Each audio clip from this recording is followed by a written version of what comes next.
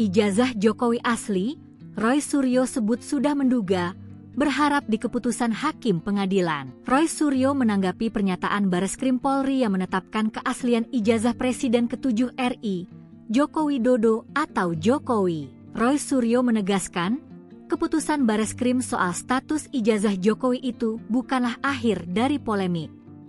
Roy Suryo menegaskan, hanya hakim pengadilan yang berhak menentukan keaslian ijazah tersebut. Melansir dari Warta Kota Live, Kamis, 22 Mei 2025, Roy Suryo bahkan mengaku telah menduga sebelumnya bahwa Bareskrim akan menyatakan ijazah Jokowi adalah asli atau identik. Namun ia mengatakan, hasil akhirnya tetap ada di pengadilan. Ia menegaskan, hakimlah yang akan menentukan hasilnya nanti.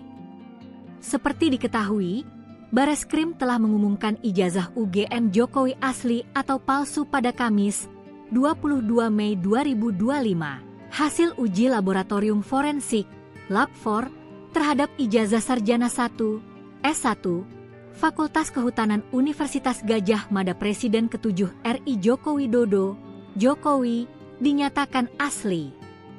Menanggapi itu, Roy Suryo mengaku tak mempermasalahkan pengumuman dari polisi itu.